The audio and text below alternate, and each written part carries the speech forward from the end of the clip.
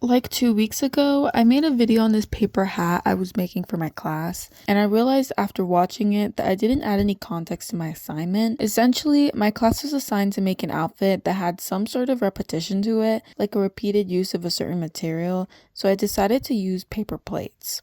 I initially planned to make something that looked like a wedding dress, but I realized that would take way longer than I had the time for. So I went back and made this. This was inspired by Victorian era bustles, which are essentially pads that made dresses puff out and look big and fancy. I was also inspired by a type of hat that royal women tend to wear. I thought that these two things would bring the whole outfit together. I started working on the outfit, and thankfully, I had my friend volunteer as my model to help me. The first thing I did was work on the waist. This way I could get the general idea of what this was going to look like. The next step was to spray paint the entire thing. After letting it sit outside to dry out, it was basically completed and ready to be presented. Overall, I think I did a pretty decent job, but what saddens me the most is that like 2 days later, the skirt just completely fell apart, but at least it lasted long enough to give me a passing grade.